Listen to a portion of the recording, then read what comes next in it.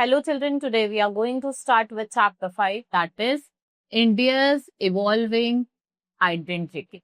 So in this chapter we will study about India's evolution, giving a name to the land and how Indians named India.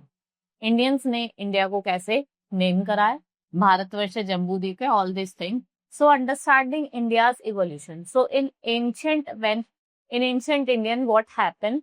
Philosopher Chanakya spoke of Akhand Bharat, undivided India, and was unify all kingdoms against foreign invaders.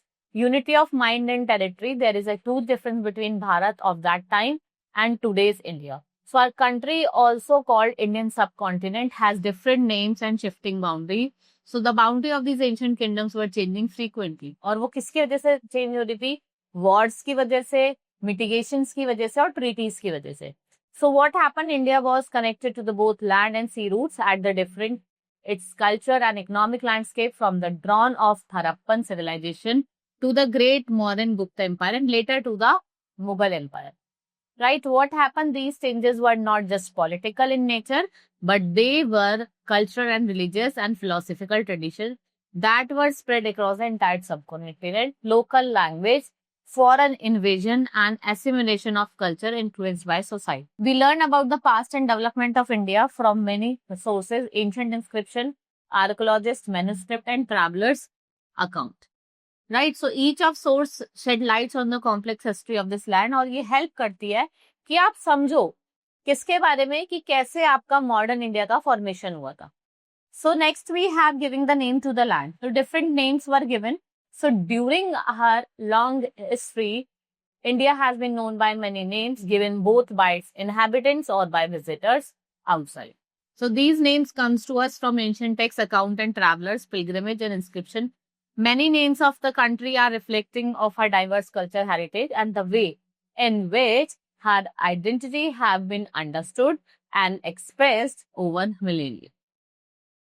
The name used by the inhabitants themselves often reflected the geographical features. क्या क्या उसकी culture practices थे, ruling power क्या थे उस time की, and these all are understood. For instance, we have certain names which are denoted with specific regions based on their physical characteristics, river system or mountains. The names given by the outsiders, on the other hand, more often reflected what? Interaction. Now, how Indians name India? Indians ने India को कैसे name दिया? तो Rig Veda, Indians' most ancient text, several thousand year old, refers to the northwest part of the subcontinent, जिसे हम सप्त सिंधवा कहते हैं, means land of seven rivers. The word Sindhva comes from Sindhu, which refers to in this river. At the time of river in general, the significance of the river in these early names outlines crucial role. ये कुछ crucial roles को outline करते हैं that helps in sustaining civilization, trade and agriculture during the ancient time. So these rivers were not just physical landmark. ये नहीं है कि खाली एक physical landmark है, उसके साथ साथ ये कुछ sacred entities, मतलब इसकी पूजा पाठ भी करते हैं.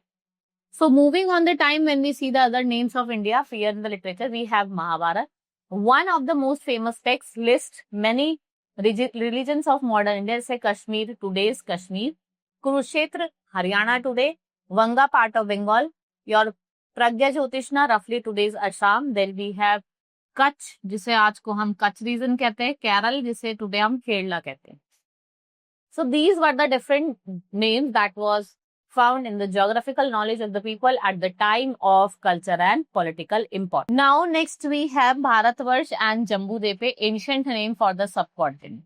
So in ancient India text we have Bharatvarsh, which refers to Indian subcontinent, especially the area situated between the ocean to the south and snow-capped mountains to the north. So the name Bharat had first appeared in Rig Veda, where it is right to one of the major group of Vedic people. So Indian in late literature, many kings were mentioned under the name of Bharat. और ये name क्या suggest करता है? Not only geographical entity, लेकिन उसके साथ साथ आपका जो भी कल्चरल और स्पिरिचुअल आइडेंटिटी है उसके बारे में भी बताता है. तो second word is Jambudvipa. Jambudvipa means island of Jambu tree in ancient India cosmology. Jambudvipa was a large island-like continent where Bharatvarsh was situated. The use of the term क्या रिफ्लेक्ट करता है एंशिएंट इंडिया को, और जो सब कॉन्टिनेंट है it was conceived as a distinct self-contained, land rich in natural resources and spiritual wisdom.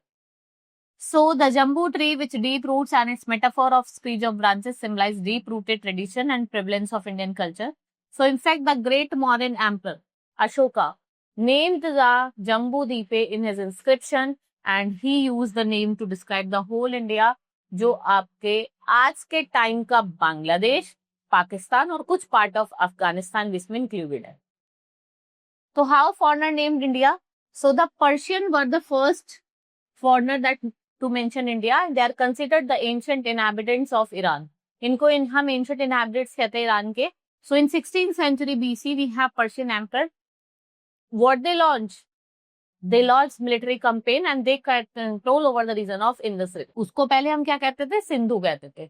And earliest record और कुछ store inscription जो है वो Persian refers to India's Hindu, which are adaptation in their language of Sindhu. Note that in Persian, Hindu is purely geographical term. It does not refers to the Hindu religion. Based on these Persian sources, the ancient Greek named the region Indoi or Indigi, and they dropped the initial letter H in Hindu because the letter did not exist in Greek language. ये Greek language में exist नहीं करता था. वहीं अगर हम ancient Chinese की बात करें, the interacted Indian several texts they refer to India as Hindu, and the word originally कहाँ से आता है? सिंधु से आता है. So another Chinese word that is right from Sindhu was Tianzhu, but this word could not be understood as heavenly master. This reflects the respect of ancient Chinese had for India as well as land of Buddha. So you probably quite familiar with the more ancient recent term Hindustan, but you may know that it was the first used in the Persian inscription. कहाँ पे use करा गया था? Persian inscriptions पे. And later on what happened? ये जो word है इसका हम used करा by the most of the invaders of India to describe Indian subcontinent. जहाँ पे हमने क्या करा? जो हमारा इंडिया का subcontinent है उसको हमने define करा. Right? This is how the different names was kept by the Indians of our country. And hope you understood. Now we will meet in the next class. That's all for today. Thank you.